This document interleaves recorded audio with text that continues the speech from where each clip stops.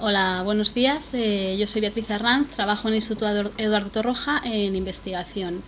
y voy a hablar de iluminación natural y la relación con el usuario. Al fin y al cabo, el usuario o las personas es para lo que construimos edificios, entonces debería ser el objetivo prioritario de cualquier arquitecto, debería ser el confort del usuario. Como han comentado previamente Susana, hasta la aparición del sello WELL, los sellos que determinaban si un edificio era sostenible o no contemplaban el confort ni la salud del usuario ni a corto ni a largo plazo. Y además del usuario como elemento principal para el que construimos los edificios, también es importante porque es el que va a hacer uso de los edificios. Y si decidimos integrar nuevas tecnologías o sistemas, deberemos tener en cuenta que ese usuario va a ser el que va a hacer que esos sistemas sean eficientes. La luz es lo que hace posible la vida en el planeta, genera un estímulo en nuestros ojos que por un lado permite la percepción del mundo exterior y por otro regula una serie de procesos orgánicos. Esto se ha conocido desde tiempos remotos. Y, por ejemplo, la terapia luminosa ha sido una terapia que ha existido hasta los años 30 y que con la aparición de la penicilina pues ha quedado relegada a un segundo plano. Y de igual manera la iluminación natural en el proceso de diseño arquitectónico, debido a la aparición de la electricidad y de la iluminación artificial, pues también no ha sido nunca, o en los últimos años no ha sido un objetivo en el diseño arquitectónico. Los últimos años, gracias a distintos hallazgos de la investigación, pues la iluminación natural ha ido ganando presencia y últimamente como hemos visto hoy, se tiene bastante en cuenta. En 1722 se descubren los cones y los bastones, que son los responsables de la visión de los mamíferos. Los conos son responsables de que veamos en detalle y en color, y los bastones de la visión en blanco y negro cuando no hay luz. 170 años después se descubre la tercera célula fotorreceptora que está conectada con el núcleo supraquiasmático, que es el reloj biológico del que también ha hablado Susana, que regula muchos de los organismos del cuerpo. Entonces, esto es importante porque la curva roja que veis en la figura inferior es la que se representa en base a la visión, y la curva azul en base a la sensibilidad biológica del hombre.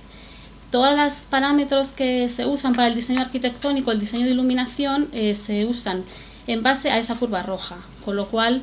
en base a la visión, y no, como es lógico porque son parámetros bastante antiguos, y no en ningún momento tenemos en cuenta cómo influye la iluminación en la parte biológica o en los procesos biológicos del hombre. La luz genera estos estímulos en los ojos que a través de este reloj biológico sincronizan una serie de ritmos muy importantes en la regulación orgánica. Entonces es importante pues conocer que, por ejemplo, el cuerpo no tiene la misma disponibilidad por el día que por la noche. Cuando nos levantamos, el estómago se activa para recibir comida, o la piel también se prepara para recibir radiación. Entonces, cuando esto se desincroniza, la iluminación natural juega un papel muy importante para volver a sincronizarlo, y cuando no recibimos la suficiente iluminación natural, pues también estamos expuestos a que se desincronicen estos ritmos.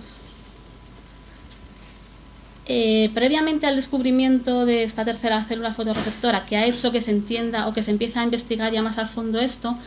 ya pues había sospechas de que algo tenía que ver la iluminación con el estado de la salud y del confort, aparte de los efectos visuales. Entonces, durante los años 90 hubo múltiples proyectos de investigación o trabajos de investigación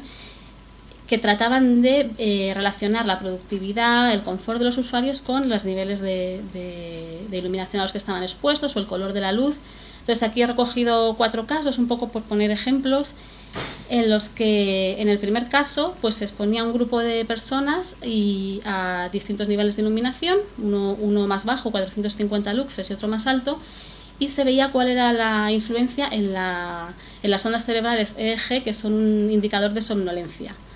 Entonces se ve como, claro, con más iluminación pues estamos más alerta, ¿no?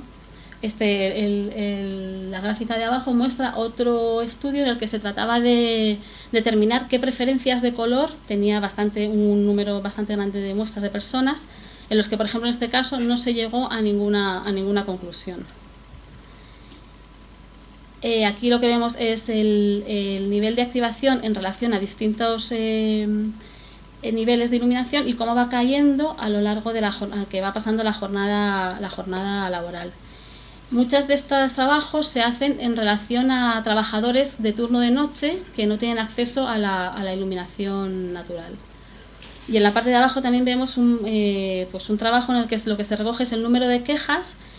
y se ve como quejas por estrés. Se ve como cuando hay dos grupos, ¿no? Uno que está expuesto a iluminación natural y a iluminación artificial solamente, y otro a iluminación natural y a iluminación artificial. Y se ve como en enero, cuando hay poca luz natural, el número de quejas por estrés es parecido, pero en cuanto hay más iluminación natural, como es en mayo, se ve que la gente que está expuesta a iluminación natural baja el nivel de estrés. Entonces, bueno, ante este panorama, un poco qué pienso yo que tenemos que hacer un poco la gente que estamos en este sector para que la iluminación natural se tenga en cuenta y sea parte pues, del proceso arquitectónico. Pues por un lado, o sea, ¿cuáles son los retos? Pues en primer lugar, que los arquitectos la tengan en cuenta a la hora de empezar a diseñar. Y una vez que se tengan en cuenta, pues por un lado, resolver los temas relacionados con la eficiencia energética, por otro lado, los temas relacionados con los aspectos visuales, en los que los sistemas ahora mismo de cálculo que hay o digamos las recomendaciones de diseño que se dan están muy obsoletas, y por otro lado que se empiece a incorporar de alguna manera los aspectos no visuales en el cálculo de las instalaciones o de los edificios. En cuanto a la eficiencia energética, el simple hecho de incorporar luz natural, que es gratis y que además incorpora poco calor comparado con las luminarias, pues es un acto ya de mejorar la eficiencia energética del edificio. Aparte de eso, hay muchos sistemas que ya están en el mercado y que funcionan y que hay que ir pensando en integrar, cuyo fin principalmente es llevar luz al fondo de los espacios o a espacios que no tienen iluminación, o combinar la protección solar con el control lumínico, ya que en climas como en climas de alta radiación solar, el problema principal que encontramos es que hay demasiada radiación, por lo que colocamos protección solar sin permitir el acceso de iluminación natural. Ya hay sistemas que tienen esto integrado y que se pueden compatibilizar las dos cosas. Y luego también tener en cuenta que todo sistema un poco mecánico, motorizado, controlado, pues que sea amigable con el usuario. En cuanto a cálculo de los efectos visuales, al cálculo que actualmente se realiza, en el código técnico la iluminación natural no se considera. Entonces, lo que hay son recomendaciones. En otros países sí que hay un factor luz día, por ejemplo, obligatorio, ¿no? Entonces, estas recomendaciones se dan en base a este factor, el factor luz día, que es un factor que se generó hace 50 años en Reino Unido, en el que se considera un cielo cubierto, no se considera ni orientación ni lugar en el que está el edificio, con lo cual es un valor intrínseco a la capacidad que tiene el edificio a recibir luz natural, pero no tiene que ver daría el mismo resultado un edificio colocado en Madrid que colocado en Estocolmo. Con lo cual, ahora mismo hay muchos métodos de simulación que incorporan archivos climáticos y que son simulaciones con dinámicas que se pueden incorporar en el código técnico a lo mejor no, pero como métodos de simulación recomendados. Y luego otro aspecto también importante es el tema del deslumbramiento, que también ya hay métodos de cálculo y indicadores que también se podrían incorporar, porque es otro de los motivos por los que muchas veces, aunque no haya radiación solar directa, hay deslumbramiento y también pues colocamos control solar y no permitimos el acceso de iluminación natural. Y en cuanto a efectos no visuales, aquí bueno, ahí he recogido lo que yo considero así los investigadores que están más con estos temas en Europa, y que lo que están tratando es de incorporar métodos que nos den información sobre lo que llaman la eficiencia circadiana del edificio, que es la capacidad del edificio para aprovechar la luz natural. Entonces, en concreto, pues John Malajevic, de la Universidad de Lavra, está tratando de hacer una especie de traducción de un programa de simulación de método visual, pasarlo a lo que sería el efecto el efecto biológico, ¿no?, de esas medidas. Entonces, bueno, aquí hay mucha colaboración entre el campo de la fotobiología, medicina, ingeniería. Este hombre es físico, y ahora pues lo que hay es mucho desconocimiento, pero lo interesante es que sí que se están integrando distintas disciplinas y bueno, avanzando de forma integrada, que es lo interesante. Lo que se ha detectado un poco de la luz que más influye en esa respuesta del organismo, pues es la intensidad, el espectro de la radiación y el tiempo que dura, ¿no? Otro grupo muy interesante es el de Madeleine Andersen, que está haciendo con realidad virtual y encuestas. Están haciendo como un programa de cálculo que mapea los espacios y te va diciendo en cada espacio, pues por ejemplo en la parte superior, lo que desde cada punto es como una estadística de cómo de saludable es la iluminación que se recibe mirando a cada uno de los lados. Y abajo es más bien relacionado con la calma o lo excitante que es una vista. Esto un poco lo que ha dado lugar a esta herramienta, que es una herramienta de diseño de iluminación centrada en el usuario, que pues valora el potencial de salud del espacio, el potencial de interés visual,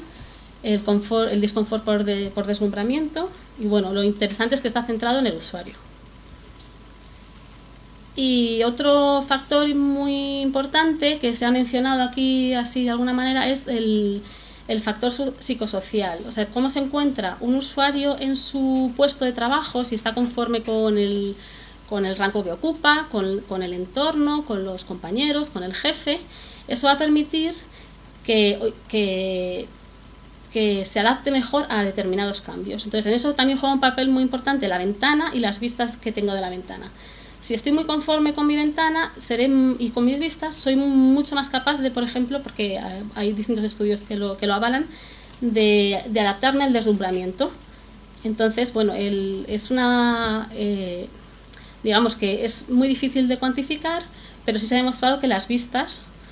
son muy importantes. Y en ese sentido he puesto un ejemplo de un proyecto que trata de combinar el tema de las vistas con el tema de la